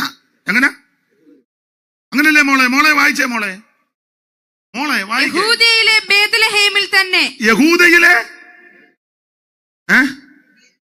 അതിനെ യഹൂദയിലെ ബേത്ലഹേം എന്ന് പറഞ്ഞേക്കുന്നേ. യഹൂദയിലെ ബേത്ലഹേം രണ്ടുണ്ട്. സെബുലൂൻ മക്കൾക്ക് അവകാശമായി കൊടുത്ത സ്ഥലത്തൊരു ബേത്ലഹേം ഉണ്ട്. അതിനാ എടുത്തു പറഞ്ഞത്. യോശുവയുടെ പുസ്തകം എടുക്കും മോളെ. 19 എടുത്തേ. 19ന്റെ 10 എടുക്ക്. പെട്ടെന്ന് സമയം പോകുന്നു. സെബുലൂൻ മക്കൾക്ക് കുടുംബം കുടുംബമായി മൂന്നാമത്തെ നറുക്കു വന്നു. അടുത്തത് അവരുടെ അവകാശത്തിന്റെ അതിർ സാരീത് വരെ ആയിരുന്നു. അപ്പൊ ഇത് സെബുലൂൻ മക്കൾക്ക് കുടുംബമായി കിട്ടിയ നറുക്ക. എന്നിട്ട് പറഞ്ഞു വന്നിട്ട് ഇനി എല്ലാം വായിക്കാൻ നേരമില്ല, തന്നെയല്ല പേരൊക്കെ തെറ്റുകയും ചെയ്യും. അതുകൊണ്ട് മോള് ചിലപ്പോ പറയും ഇയാൾക്ക് വേറെ വാക്യം ഒന്നും വായിപ്പിക്കാനില്ലായിരുന്നു എന്ന്. അത് ഉറക്ക പറഞ്ഞില്ലെങ്കിലും ഹൃദയത്തിലെങ്കിലും പറയും. അതുകൊണ്ട് മോളെയും കൂടെ ഞാൻ പരിഗണിച്ച് 14ാം വാക്യം മുതൽ വായിരും. പിന്നെ അതിർ ഹനാദോന്റെ വടക്ക് വശത്ത് തിരിഞ്ഞ് ഇഫ്താഹ് ഏൽത്താഴ്വയിൽ അവസാനിക്കുന്നു. അടുത്തത് കത്താത്ത്, നഹലാൽ, ഷിംറോൻ, ഇദല, ബേത്ലഹേം മുതൽ. അപ്പം സെബുലൂൻ മക്കൾക്ക് അവകാശമായി കിട്ടിയ സ്ഥലത്ത് ഒരു ബേത്ലഹേം ഉണ്ട്. അതുകൊണ്ടാണ് എടുത്തു പറഞ്ഞത് യഹൂദയിലെ ബേത്ലഹേം. സ്തോത്രം. എനിക്ക് ഇതെല്ലാം അടുക്കടുക്കായിട്ട് പ്രസംഗിക്കണമെങ്കിൽ കുറഞ്ഞത് ഒരു 2 മണിക്കൂറെങ്കിലും വേണം. പിന്നെ പഴയ പാസ്റ്റർമാര് പറയുന്ന പോലെ 10 പറ നെല്ലുണങ്ങുന്ന ബായി 2 പറയും ഉണങ്ങാം, ബാക്കി തീർത്തങ്ങ് വെക്കുക. മൊത്തം നിവർത്തുന്നില്ല. അല്ല, ഇരിപ്പ് കണ്ടിട്ട് നിവർത്താനും തോന്നുന്നില്ല. ദൈവത്തിന് മഹത്വം. അപ്പോൾ സെബുലൂൻ മക്കൾക്ക് അവകാശമായി കൊടുത്ത സ്ഥലത്ത് ഒരു ബേത്ലഹേം ഉണ്ട്. തെറ്റരുത്. അതിന് പറഞ്ഞ യഹൂദയിലെ ബേത്ലഹേം. ദൈവത്തിന് മഹത്വം. അപ്പൊ യഹൂദയിലെ ഈ ബേത്ലഹേമിൽ എഫ്രാത്തെ അങ്ങനെ ചേർത്ത, അങ്ങനല്ലേ മോളെ? എങ്ങനെ ബേത്ലഹേം എഫ്രാത്ത്, അതിനെ എഫ്രാത്ത് വിശദീകരിക്കുന്നില്ല. എഫ്രാത്ത് ഒരു സഹോദരിയായിരുന്നു. അവളങ്ങ് മരിച്ചുപോയി. അവക്ക് മുമ്പ് ഈ അസൂബ എന്ന് പറയുന്ന സഹോദരിയെ വിവാഹം കഴിച്ചത് കാലേബ്. വായിച്ചു ദിനവൃത്താന്തങ്ങളുടെ 1-ാം പുസ്തകം എടുക്കാം. ഏതായാലും സമയം പോയി, പണ്ടൊരു തള്ള പറഞ്ഞ പോലെ ഏതായാലും മാമി നരകത്തിലാന്നാ കുറിച്ചിയും കൂടെ ചൂടാം. എന്നാ പിന്നെ ഏതായാലും സമയം പോയി, ഏതായാലും ചിലപ്പം പോലീസും വരും എന്നെയും പിടിക്കും, എന്നാ പിന്നെ ഇത് പറഞ്ഞു വെച്ച് പിടിച്ചോണ്ട് പോട്ടെ. 2-ാം അധ്യായത്തിന്റെ ദിനവൃത്താന്തങ്ങളുടെ 1-ാം പുസ്തകം 2-19 മുതൽ വായിച്ചേ മോളെ. അസൂബ 13 മുതൽ വായിച്ചു. 18 മുതൽ 2:18. ഹെസ്രോന്റെ മകൻ കാലേബ് തന്റെ ഭാര്യയായ അസൂബയിലും എരിയോത്തിലും മക്കളെ ജനിപ്പിച്ചു. അടുത്തത് എരിയോത്തിലും സന്തതിയെ ജനിപ്പിച്ചു. അടുത്തത് അവളുടെ പുത്രന്മാർ ഏശർ, ശോബാബ്, അർദോൻ. അസൂബ മരിച്ച ശേഷം കാലേബ് എഫ്രാത്തിനെ പരിഗ്രഹിച്ചെന്ന് പറഞ്ഞാൽ വിവാഹം കഴിച്ച് കുടുംബജീവിതം നയിച്ചു. ആര് മരിച്ചു? അപ്പൊ കാലേബിന്റെ ആദ്യത്തെ ഭാര്യ അസൂബ അങ്ങ് മരിച്ചു. അസൂബ മരിച്ചു കഴിഞ്ഞപ്പോൾ എഫ്രാത്തിനെ വിവാഹം കഴിച്ചു. മോളെ, അവൾ അവന് ഹൂരിനെ പ്രസവിച്ചു. അതാ ഹൂര്, കൈത്താങ്ങിയല്ലോ. അവൾ അവനെ ഹൂരിനെ പ്രസവിച്ച ഇഷ്ടപ്പെട്ടില്ലെന്ന് തോന്നുന്നു. അവൾ അവന് ഹൂരിനെ പ്രസവിച്ചു. ആയിക്കോട്ടെ. അടുത്തത് ഹൂർ ഊരിയെ ജനിപ്പിച്ചു. ഊരി ബെസലേലിനെ ജനിപ്പിച്ചു. അറിയാവല്ലോ പേരുകളൊക്കെ. നീ വേറെ വാക്യം എടുക്കണം, നേരമില്ലാത്ത കൊണ്ട് അത് അങ്ങ് വിടുക, എല്ലാം വിടുക. ഈ എഫ്രാത്ത് അസൂബയുടെ പിള്ളാരെ നന്നായിട്ട് ശുശ്രൂഷിച്ചെന്ന. അവള് പെറ്റതല്ല, അവള് പ്രസവിക്കാത്ത കുഞ്ഞുങ്ങളെയും കൂടെ എന്ന് പറഞ്ഞാൽ വേറുകൃത്യം കാണിച്ചില്ല. വേറുകൃത്യം കാണിക്കുന്നുണ്ട്. നമ്മുടെ മോക്ക് ബൂസ്റ്റ് ഇട്ട് കൊടുക്കുക, അപ്പുറത്തെ കൊച്ചിന് പാലും വെള്ളവും കൂടെ ചേർത്ത് കൊടുക്കുക, അങ്ങനെയുള്ളവരുണ്ട്. മിണ്ടുന്നില്ല. നമ്മുടേതിന് പാലും വെള്ളം കൊടുത്താലും അപ്പുറത്തേന് ആ ബൂസ്റ്റ് ഇട്ട് കൊടുക്കണ്ടേ? പിന്നെ ഞാൻ കുടിപ്പിക്കും.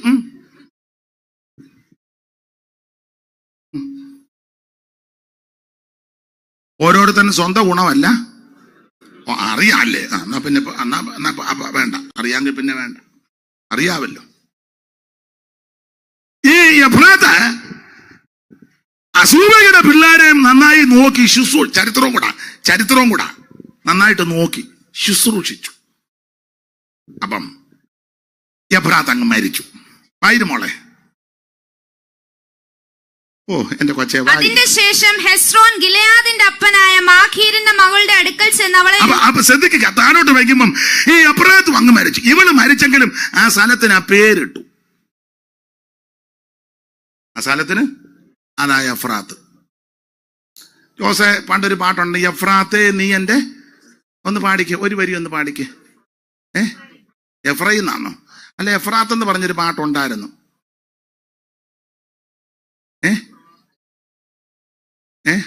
ഞാൻ എവിടെയോ കേട്ടതാ, അങ്ങനെ കണ്ടോടണമുണ്ട്. എഫ്രാത്ത അങ്ങനുണ്ട്. എന്റെ വരികളൊന്നും ഓർക്കുന്നില്ല. ഇനി അത് പാടി സമയം കളയണ്ട. അപ്പൊ എന്തായാലും എവള് മരിച്ചു കഴിഞ്ഞപ്പോൾ ആ സ്ഥലത്തിന് പേരിട്ടു എഫ്രാത്ത്. ഇതുകൂടെ ചേർത്താണ് മീക പറഞ്ഞിരിക്കുന്നത്. ഇനി 5:2 യേശുക്രിസ്തുവിന്റെ ജനനമാണല്ലോ ആഘോഷിക്കുന്നത്. അതുകൊണ്ടാണ് ഇത് ഈ റൂട്ടിലൊന്ന് പോകുന്നത്. തന്നെയല്ല, നോട്ടീസിനകത്ത് ഒരു പദമുണ്ടാണ്, ക്രിസ്തുമസ്. അതാ അപ്പൊ അതിനോട് ചേർത്ത് അങ്ങ് പോകാം. മര പറഞ്ഞല്ലയോ കൊടിയിടുന്നത്. വായിച്ചു.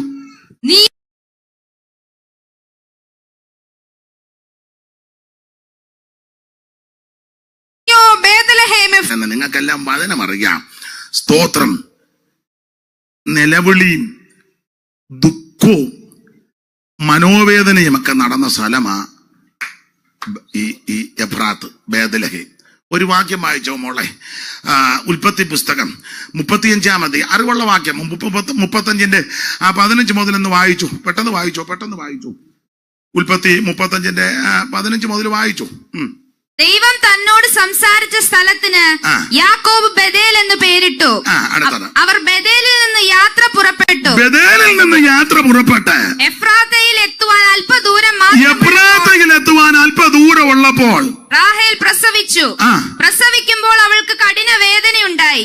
അങ്ങനെ പ്രസവത്തിൽ അവൾ കഠിന വേദനയായിരിക്കുമ്പോൾ സൂതി കർമ്മിണി അവളോട്, ഭയപ്പെടേണ്ട, ഇതും ഒരു മകനായിരിക്കുമെന്ന് പറഞ്ഞു. എന്നാൽ അവൾ മരിച്ചുപോയി. ജീവൻ പോകുന്ന സമയം അവൾ അവന് ബെനോനി ദുഃഖത്തിന്റെ കണ്ണുനീരിന്റെ വേദനയുടെ പുത്രൻ എന്ന അർത്ഥം വരുന്ന പേരിട്ട് ബെനോനി. സ്തോത്രം. ബെനോനി ജനിച്ച സ്ഥലമാ ഈ സ്ഥലം. അവിടെ ആ ലോകരക്ഷകൻ ജനിക്കുന്നത്. പശ്ചാത്തല ഭാഗമൊക്കെ വിസ്തരിച്ചാ പ്രസംഗിക്കേണ്ടത്. റേച്ചൽ ആന്റി റേച്ചൽ എന്നല്ലേ ഇംഗ്ലീഷ് ഇരിക്കട്ടെന്ന് മലയാളം തന്നെ പറഞ്ഞ റാഹേല് കൊച്ചമ്മ, റാഹേലമ്മ. കൊച്ചുണ്ണി പോലും അമ്മാമ്മയുടെ ഒപ്പം ഒക്കത്തില്ല. ഏത് കൊച്ചുണ്ണി? കൊച്ചുണ്ണി വന്ന് പറയാം, അമ്മാമ്മേ എനിക്കും കൂടെ ചില ബാലപാഠം. സ്വന്തം വീട്ടിൽ നിന്ന് അടിച്ചു മാറ്റുന്ന പെണ്ണുങ്ങള്. ഞങ്ങളുടെ ഒരു പെൺകുട്ടിയുണ്ട്, അവളെ കെട്ടിച്ചു വിട്ടു. എന്നാൽ അവൾക്ക് വീട്ടിൽ വരുമ്പോ ഇവിടുന്ന് എന്തേലും കൊണ്ടുപോകണം. അവിടെ കൊച്ചുങ്ങളും അങ്ങനെ തന്നെ. ഒരിക്കൽ അവിടെ കൊച്ച് ഞാൻ പറഞ്ഞു, വല്യപ്പനുണ്ട്, അമ്മയുടെ അപ്പനോട് ചോദിക്കാം, അപ്പച്ച ഇതെന്നതാ അപ്പച്ച? ഉടനെ അപ്പച്ചൻ പറഞ്ഞു, മോളെ ഇത് മീറ്ററാന്ന് പറഞ്ഞു. മീറ്റർ നമ്മുടെ കറണ്ടിന്റെ മീറ്റർ. ഉടനെ അവള് പറയാം, അപ്പച്ച ഞങ്ങൾക്ക് മീറ്റർ ഇല്ല അപ്പച്ച, ഞാൻ കൊണ്ടുപോക്കോട്ടെ എന്ന്. എവിടെ തല്ലിയോ സന്തതി? അപ്പച്ച ഞങ്ങളുടെ വീട്ടിൽ മീറ്റർ ഇല്ല അപ്പച്ച, ഞാനിത് എങ്ങനുണ്ട്? അയ്യോ അടിച്ചു മാറ്റാൻ ഉണ്ട്. സുനാമി കൂടുതൽ അടിച്ചത് ഇല്ല നമ്മുടെ ഇവിടെ ദ്വീപ് അല്ലെന്ന്. ഇന്തോനേഷ്യയിൽ വേറൊരു സ്ഥലം കൂടെ ഉണ്ടായിരുന്നല്ലോ, ആൻഡമാൻസിലൊക്കെ. പിന്നെ സുനാമി അവിടെ അടിച്ചത്. മുണ്ടക്കയത്ത് ഒരാൾ 5 ഏക്കർ വസ്തു എഴുതിച്ചു സുനാമിയുടെ പേരിൽ. സുനാമി അടിച്ചത് ആൻഡമാൻസിനടുത്താണോ മുണ്ടക്കയം? അങ്ങനെ അടിച്ചു മാറ്റാൻ വിദഗ്ധരുണ്ട്. റേച്ചൽ ആന്റി അടിച്ചു മാറ്റാൻ വിദഗ്ധരാ. അപ്പന്റെ വീട് വിട്ടു പോന്നപ്പോൾ ഗൃഹബിംബം മോഷ്ടിച്ചത് ഒട്ടകക്കോപ്പിനകത്തിട്ട്. എന്ത് വിദഗ്ധമായിട്ട ഈ മോഷണം. ഒരു കലയാ കേട്ടോ, നമ്മളെ കൊണ്ടൊക്കത്തില്ല, ഒക്കുകയല്ല. വളരെ ബെണ്ടി ചോവ് എന്ന് പറയുന്ന ഒരുത്തൻ കലാപരമായിട്ട് തിരുവനന്തപുരത്ത് കയറിയത് പത്രത്തിൽ വായിച്ചതല്ലേ. എന്ത് കലാപരമായിട്ടാ, നമ്മളെ കൊണ്ടൊക്കുവോ? ഒരു കലയാ. മുണ്ടക്കയത്ത് യോഗത്തിന് ചെന്നപ്പോ ഒരാളെ യോഗത്തിന് പരിചയപ്പെട്ടു, നല്ല ജെന്റിൽമാനെ. യോഗം കഴിഞ്ഞപ്പോ കൈ കൊടുത്തു. പേരെന്നാന്ന് ചോദിച്ചു, പേര് പറഞ്ഞു. ഞാൻ പുള്ളിയുടെ എടുപ്പും ഞാൻ ചോദിച്ചു, ഏത് ഡിപ്പാർട്ട്മെന്റിലായിരുന്നെന്ന് ചോദിച്ചു. കണ്ടാ ചോദിച്ചു പോവും. എന്നാ പുള്ളി ചെറുതായിട്ടൊന്ന് ചിരിച്ചു. അയാൾ പറഞ്ഞു, ഡിപ്പാർട്ട്മെന്റ് വേറെയാ. അയ്യോ അതേതാ? പാസ്റ്ററോട് കള്ളം പറയാൻ ഒക്കത്തില്ലല്ലോ. തന്നെ യോഗം കഴിഞ്ഞാൽ ഉടനെ എങ്ങനെയാ കള്ളം? നേരത്തെ പോക്കറ്റടിയായിരുന്നു തൊഴിൽ. പക്ഷെ മാനസാന്തരപ്പെട്ടു, യേശുവിനെ അറിഞ്ഞു, അതെല്ലാം നിർത്തി. ദൈവം എന്നെ രക്ഷിച്ചു. അപ്പൊ ഞാൻ വളരെ വളരെ നന്നായിട്ട് ഇടപെട്ടതെന്ന് ഞാൻ ചോദിച്ചു, പോക്കറ്റടിക്ക് പോകുമ്പോ എങ്ങനെയാ പോകുന്നേ? പുള്ളി പറഞ്ഞു, വെളുപ്പിനെ ഇറങ്ങുമെന്ന് പറഞ്ഞു. പ്രാർത്ഥിച്ചാ ഇറങ്ങുന്നു. കർത്താവിയെ കടന്നു പോകുന്നു. അധികം തപ്പാറ നല്ല 2 പോക്കറ്റ്.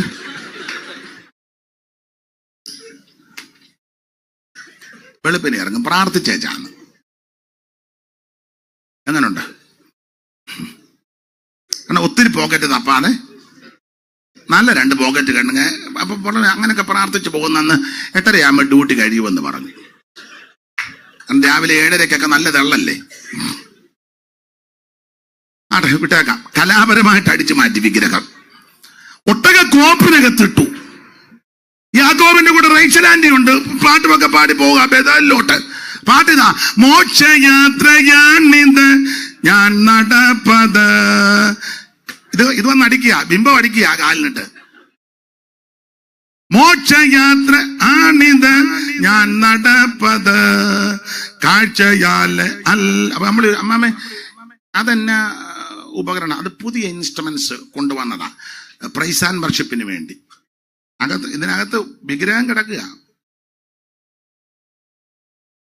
പ്രൈസ് ആൻഡ് വർഷിപ്പൊക്കെ നല്ലതാ, അടിച്ച് പാടി കടവുമൊക്കെ കിടന്നങ്ങ് ചെന്ന്. എന്തിനേറെ അപ്പൻ വന്നല്ലോ, പുറകെ വന്നില്ലേ അപ്പൻ പുറകെ വന്ന് ഗിലെയാദ് പർവ്വതത്തിന്റെ ഇങ്ങേ ചരിവിൽ വന്നു. അപ്പുറേ യാക്കോബും കുടുംബവും കിടക്കുക. എന്നാൽ യാക്കോബിന്റെ ദൈവം അന്ന് രാത്രി അവൻ ലാബാനോട് പറഞ്ഞു, നീ യാക്കോബിന്റെ ഗുണവും ചെയ്തേക്കരുത്, ദോഷവും ചെയ്യരുത്. അതുകൊണ്ടാണ് അവൻ ഒതുങ്ങിയത്. യാക്കോബിന്റെ ദൈവം ലാബാന് പ്രത്യക്ഷപ്പെട്ടു. പിറ്റേന്ന് വന്ന് നയപരമായിട്ടൊക്കെ ഇടപെട്ടു. കാര്യം എന്നാലും എന്റെ മോനെ നീ എന്നോട് പറയാതെ ഓടി.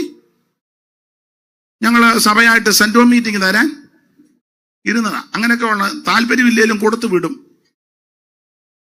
ചില കമ്മിറ്റിക്കാർ പറയാം, ഏതായാലും പുള്ളി ഇരുന്ന പ്രശ്നമാണ്, പക്ഷെ നമ്മുടെ മാന്യത അനുസരിച്ച് ന്യായമായിട്ട് എന്തിനാ ഇത് മേടിക്കാൻ നിൽക്കുന്നേ? കണ്ണുകടിയുള്ളവന്റെ അപ്പം തിന്നരുതെന്ന ആ പുസ്തകത്തിൽ അങ്ങനല്ലേ വാക്യം? കാര്യമൊക്കെ പറഞ്ഞാട്ടെ നീ ഓടിപ്പോകുന്ന വെപ്രാളത്തിന്. ബിംബം എന്തിനാ കൊണ്ടുപോകുന്നെന്ന് പുള്ളി അതിന് വന്നതാ. യാക്കോബ് പറഞ്ഞു, ഞാൻ ഇന്ന് വരെ ആരുടെയും ഒന്നും മോഷ്ടിച്ചിട്ടില്ല, നിന്റെ ഒരു ആടിനെ ഞാൻ കണ്ടിച്ചിട്ടില്ല, കാണാതെ ഉത്തരവാദി ഞാൻ. പകൽ വെയിൽ കൊണ്ടും രാത്രി ശീതമേറ്റ് നോക്കി കൂടാരത്തിൽ കയറി തപ്പാൻ പറഞ്ഞ തപ്പി ഒറ്റ കൂടാരത്തിലുമില്ല. ലാസ്റ്റ് ആ അപ്പച്ചൻ ഏതാ റേച്ചൽ ജേക്കബിന്റെ കൂടാരത്തിൽ, റേച്ചൽ ജേക്കബ് അങ്ങനെ തെറ്റിയോ? പിന്നെ നിങ്ങൾ ചിരിക്കുന്നേ? ഒത്തു വന്നത് കൊണ്ടാ. ലാസ്റ്റ് ആ പൊന്നുമോടെ കൂടാരത്തിൽ വന്നു. എന്റെ ഭാവനയാ, ബെല്ലടിച്ചു അല്ലെ കൊട്ടി, ഉടനെ അകത്തിന്ന് പ്രൈസ് ദി ലോർഡ്. ഉടനെ വെളിയെന്ന് പറഞ്ഞു, മോളെ കഥകു തുറക്കടി, ഞാൻ അച്ചായനാ. പപ്പ ഞാൻ ഫാസ്റ്റിംഗ് പ്രയറാ, എഴുന്നേക്കത്തില്ല. ഹല്ലേലൂയ, ഫാസ്റ്റിംഗ് പ്രയറാണ്, എഴുന്നേക്കത്തില്ല. അപ്പൊ അപ്പൻ ഓർത്ത്, അയ്യോ എന്നാ വേണ്ട മോളെ, ഞാൻ അങ്ങ് പൊക്കോളാം, നീ ഇവിടെ വന്നെങ്കിലും ഉപവസിക്കാൻ തുടങ്ങിയല്ലോ, അവിടെ വെച്ചോ. അപ്പനങ്ങ് പോയി. അപ്പനെ കളിപ്പിച്ചു. യാക്കോബ് അപ്പനെ കളിപ്പിച്ചു, യാക്കോബിനെ അമ്മാച്ചൻ കളിപ്പിച്ചു, അമ്മാച്ചനെ മോള്.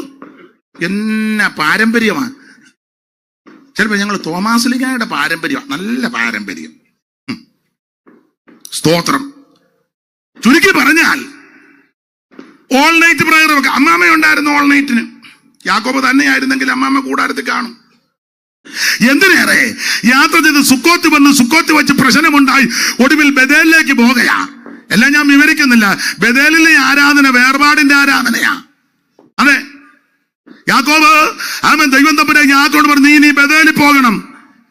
കാരണം ശിമയോൻ കുഴഞ്ഞു, ലേവിയും കുഴഞ്ഞു. അവൻ സ്തോത്രം മാത്രമാണോ, രൂപേന്റെ കാര്യം വെളിയുമിണ്ടാനൊക്കത്തില്ല. പെങ്കൊച്ച് 34 പെടച്ചു, ദീനാമ. ഇതെല്ലാം ഈ സുക്കോത്ത് വന്നത് കൊണ്ടാ. നീ പുറപ്പെട്ട് ബഥേലിൽ പോകണം. നിനക്ക് പ്രത്യക്ഷനായ ദൈവത്തിന് അവിടെ യാഗം കഴിക്കണം. യാക്കോബ് കുടുംബത്തെ എല്ലാം വിളിച്ചുകൊണ്ട് പോവുക. പോകുന്ന പോക്കിനും ഈ മുടിരാത്രി പ്രാർത്ഥനയ്ക്കും ഈ സുക്കോത്ത് വന്നിട്ടൊന്നും ക്രമീകരണം വരുത്തിയില്ല. ഒടുവിൽ അത് അങ്ങ് എത്താൻ അവിടെ വായിക്കുന്നത് 16-ാമത്തെ വാക്യം ഒന്നുകൂടെ വായിച്ചേ മോളെ. 16-ാം വാക്യം 35-16. പെട്ടെന്ന് അവർ ബഥേലിൽ നിന്ന് യാത്ര പുറപ്പെട്ട് എഫ്രാത്തയിലെത്തുവാൻ അല്പദൂരം മാത്രമുള്ളപ്പോൾ റാഗേൽ പ്രസവിച്ചു. ഞാൻ ഓടിച്ചു പറഞ്ഞങ്ങ് നിർത്താം. റാഗേൽ പ്രസവിക്കുക, റാഗേൽ പ്രസവത്തോടു കൂടി മരിക്കുക. ആ പ്രസവത്തെ പറ്റി വേദ പഠിതാക്കൾ പറയുന്നത് ഈ ബ്ലഡ് പോയാ മരിക്കുന്നത്, ബ്ലഡ് നിൽക്കുന്നില്ല. അവിടെ ഒരു പദമുണ്ട്, ജീവൻ പോകുന്ന പോകുന്ന സമയം, അങ്ങനെ ഒരു പദമുണ്ട്, മോള് കണ്ടോ? എന്നാൽ അവൾ മരിച്ചുപോയി, ജീവൻ പോകുന്ന സമയം, ജീവൻ പോകുന്ന സമയം എന്ന് പറഞ്ഞാൽ ബ്ലഡ് പോയിക്കൊണ്ടിരിക്കുക. ജീവൻ രക്തത്തിലല്ലേ? ജീവൻ രക്തത്തിലാ, ബ്ലഡ് നിൽക്കുന്നില്ല, പോയിക്കൊണ്ടിരിക്കുക. അപ്പച്ചൻ പണ്ട് വന്ന് കൂടാരത്തിൽ അന്വേഷിക്കാൻ വന്ന് പറഞ്ഞ് എനിക്ക് എഴുന്നേക്കാൻ പാടില്ലെന്ന്. ഏത് വിഷയത്തിൽ കള്ളം പറഞ്ഞോ വിഷയത്തിൽ ദൈവം പിടികൂടി. തെറ്റ് സംഭവിക്കാം, കുറവുകൾ വരാം, ബലഹീനത വരാം, പോഷത്വം വരാം, ക്രമക്കേട് വരാം. പക്ഷെ അത് ഏറ്റു പറഞ്ഞ് ഉപേക്ഷിക്കണം. ഉപേക്ഷിച്ചില്ലെങ്കിൽ ഒരു ദിവസം ദൈവം നിന്നെ പിടിക്കും. അപ്പം വന്നപ്പോൾ ഉപേക്ഷിക്കണ്ടേ? ഓൺലൈറ്റ് കഴിഞ്ഞപ്പോ ക്രമീകരിക്കണ്ടേ? സുക്കോത്തി വന്നപ്പോ ക്രമീകരിക്കണ്ടേ? പിള്ളേര് പിടച്ചപ്പോ ക്രമീകരിക്കണ്ടേ? ക്രമീകരിച്ചില്ല. അടികരിയിട്ട് പിടികൂടി, ബ്ലഡ് നിൽക്കുന്നില്ല, ജീവൻ പോവുക. അപ്പോൾ വേദനയോടെ ദുഃഖത്തോടെ സൂതികർമ്മണി പറഞ്ഞു, ആങ്കൊച്ചാ കേട്ടോ, ആങ്കൊച്ചാ. അപ്പൊ പറഞ്ഞു, അവന് പേരിട്ട് ബെനോനി, കണ്ണുനീരിന്റെ ദുഃഖത്തിന്റെ വേദനയുടെ പുത്രൻ. ഞാൻ വിസ്തരിക്കുന്നില്ല, നിർത്തുക. എനിക്കിതൊക്കെ പ്രസംഗിക്കണമെങ്കിൽ ഒരു 2 മണിക്കൂറെങ്കിലും വേണമെങ്കിൽ നിങ്ങൾ പ്രോത്സാഹിച്ചല്ലോ. വലിയ കാര്യം, വലിയ കാര്യം. ദൈവത്തിന്റെ മഹത്വം, കർത്താവിന്റെ മഹത്വം. അവള് ബെനോനി എന്ന് പേരിട്ടു. അവൻ ജനിച്ച സ്ഥലമായി ബേത്ലഹേമിലെ എഫ്രാത്ത്, അവിടെ ക്രിസ്തു ജനിക്കുന്നത്. എന്ന് പറഞ്ഞാൽ യേശു ക്രിസ്തുവിന്റെ തിരുപ്പിറവി കൊണ്ട് നമുക്ക് ലഭിച്ച നേട്ടത്തിൽ ഒന്ന്, ആമേൻ സ്തോത്രം, ദുഃഖവും നെടുവീർപ്പും മാറ്റി. ക്രിസ്തുവിന്റെ തിരുപ്പിറവിയുടെ ഭാഗം ലൂക്കോസ് പറയുന്നത് എങ്ങനെ? സർവജനത്തിന് ഉണ്ടാകുവാനുള്ള ഒരു മഹാ സന്തോഷം. ഉൽപ്പത്തി പുസ്തകം 35-ാം അധ്യായത്തിൽ കണ്ണുനീരും ദുഃഖവും മുറവിളിയും ആമൻ ദുഃഖവുമാണെങ്കിൽ പുതിയ നിയമത്തിൽ വരുമ്പോൾ യേശുവിന്റെ തിരുപ്പിറവി കൊണ്ട് അത് സന്തോഷമാക്കി തീർത്തു. ഇന്ന് രാത്രി നിന്റെ ജീവിതത്തിന്റെ നിരാശ മാറണമെങ്കിൽ യേശു ഹൃദയത്തിൽ ജനിക്കണം. നിന്റെ കുടുംബത്തിന്റെ തകർച്ച മാറണമെങ്കിൽ യേശുവിനെ വീട്ടിൽ ഏറ്റെടുക്കണം. ദേശത്തിന്റെ തകർച്ച മാറണമെങ്കിൽ ദേശത്ത് യേശുവിനെ ഉയർത്തണം. Hallelujah, hallelujah.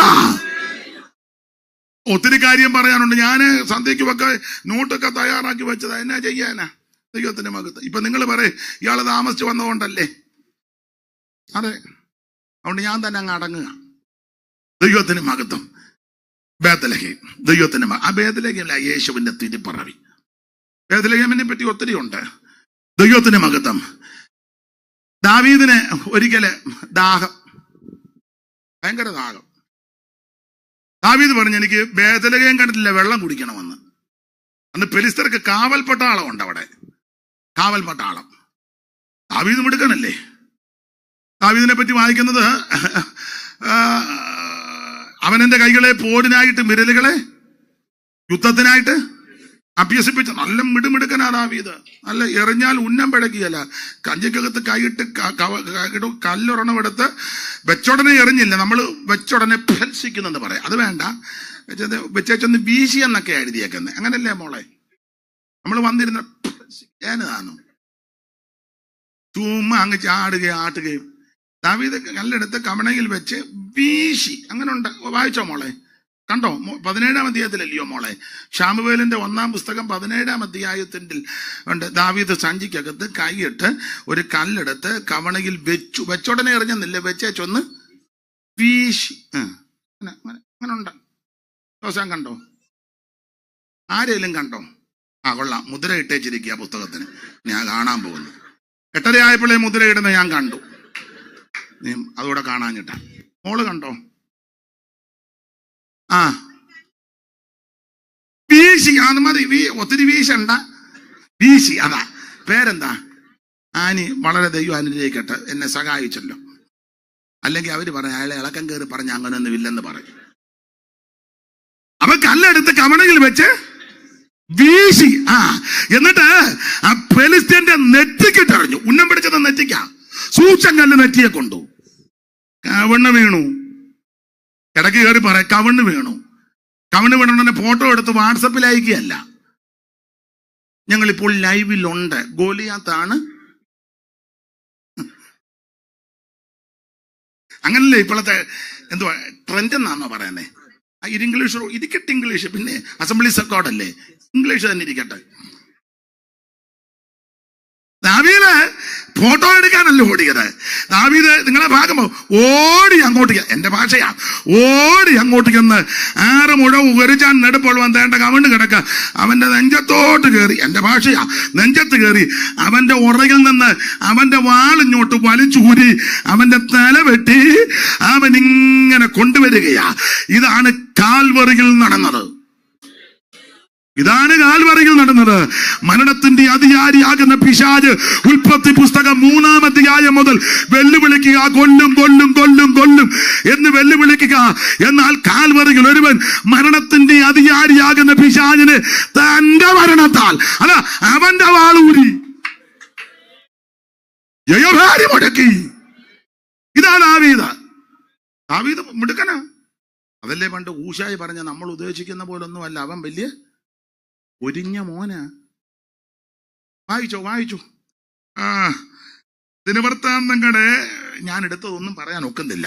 ദിനവൃത്താന്തങ്ങളുടെ 2-ാം പുസ്തകം, ശമൂവേലിന്റെ 2-ാം പുസ്തകം 17-ാം അധ്യായത്തിന്റെ 5-ാം വാക്യം മുതൽ വായിച്ച് ഇടത്ത് താള് മറിക്കുമ്പോ ഇടത്ത് വശത്തെ കണ്ണിക തുടങ്ങുന്നത്. അത് തന്നെ ദൈവദാസനെ സഹായിച്ചതിന് നന്ദി. എന്നാൽ അബ്ശാലോം അർഹനായ ഹൂശായിയെ വിളിക്കുക, അവന്റെ അഭിപ്രായം കൂടെ നമുക്ക് കേൾക്കാമല്ലോ.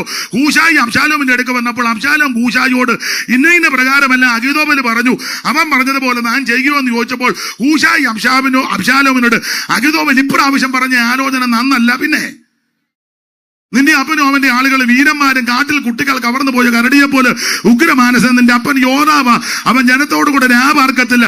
അവനിപ്പോൾ വല്ല ഗുഹയിലോ മറ്റു വല്ല സ്ഥലത്തോ ആയിരിക്കും. അതുകൊണ്ട് ആരംഭത്തിൽ തന്നെ ഇവര് വലിയൊരു പട്ടുപോയാൽ അബ്ശാലോമിന്റെ പക്ഷക്കാരി മഹാസംഹാരമുണ്ട് എന്ന് ഇസ്രായേൽ അറിയും. അപ്പോൾ സിംഹകൃതയുടെ ശൂരനും കൂടെ ഉരുകിപ്പോകും. ഭയങ്കര മിടുക്കനാ, സ്തോത്രം, മിടുമിടുക്കൻ. നിന്റെ അപ്പനും അവന്റെ ആളുകളും കാട്ടിൽ കുട്ടി കവർന്നു പോയ കരടിയെ പോലെ, കാട്ടിൽ കരടിയുടെ കുട്ടി പോയ കരടി ഉറക്കളച്ച് വരുന്നവന്റെ ഹൃദയത്തിന്റെ നെയ്വല കീറുമെന്ന ഹോശിയ പ്രവചനത്തിൽ അടച്ച് കീറിക്കളി. നിന്റെ അപ്പൻ അതുപോലെ മിടുക്കനാ, യോദ്ധാവാ, കൂർമ്മ ബുദ്ധിക്കാരനാ നിന്റെ അപ്പൻ. അതല്ലേ ഗത്തിൽ പണ്ടിക എന്നപ്പോ ഉടനെ ഭ്രാന്ത് അഭിനയിച്ചത്. നമ്മളതിനെ കാൽവറി രക്തം പറഞ്ഞു നിന്നേനും അത് നല്ല കീച്ചും കീച്ചിയാനും. അന്നേരം മിടുക്കനാ. കൂടെയുള്ളവരെ വീരന്മാര്, അതിലും വലിയ മിടുക്കന്മാര്. അവരെ പറ്റി വായിക്കുന്നത് ദിനവൃത്താന്തങ്ങളുടെ 2-ാം പുസ്തകം 12-ാം അധ്യായത്തിന്റെ 1-ാം വാക്യം. പെട്ടെന്ന് വായിച്ചോ, ചടിയാനും വായിക്കും, പോണം. ദിനവൃത്താന്തം 2-ാം പുസ്തകം 12-1. എന്നാൽ രെഹബെയാമിന്റെ രാജ്യത്വം ഉറച്ച് അവൻ ബലം പ്രാപിച്ച ശേഷം അവനും അവനോട് കൂടെ എല്ലാ ഇസ്രായേലും യഹോവയുടെ ന്യായപ്രമാണം ഉപേക്ഷിച്ചു. അപ്പൊ 1-ാം പുസ്തകം 12 വായിച്ചേ മോളെ. 1-ാം പുസ്തകം അല്ലേ? ഒന്നൊന്ന് വായിച്ച. അത് തന്നെ കീശിന്റെ മകനായ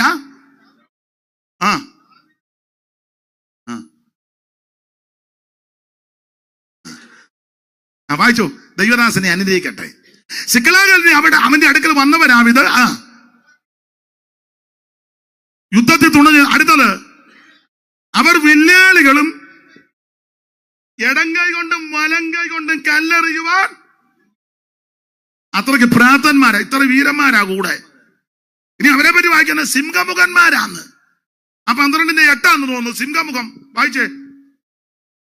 പരിചയം കുന്തവും എടുപ്പാൻ പ്രാപ്തിയുള്ള വീരന്മാരും ഗാദിരെ പെറിഞ്ഞ് തുർക്കത്തിൽ ദാവീദിനോട് ചേർന്ന്. അടുത്തത്, അവർ സിംഹമുഖന്മാരാ. അപ്പൊ ഇടങ്കയ്ക്കും വലങ്കയ്ക്കും കല്ല് മറിക്കും സിംഹമുഖം. ഇത്ര മിടുക്കന്മാരാ.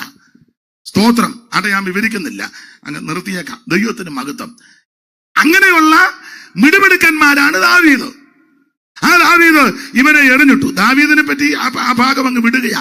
ദൈവത്തിന് മഹത്വം. ഈ ദാവീദ് ശൗലിനെ പേടിച്ച് മനോഭീതിയോടെ ദിനരാത്രങ്ങൾ കഴിക്കുക.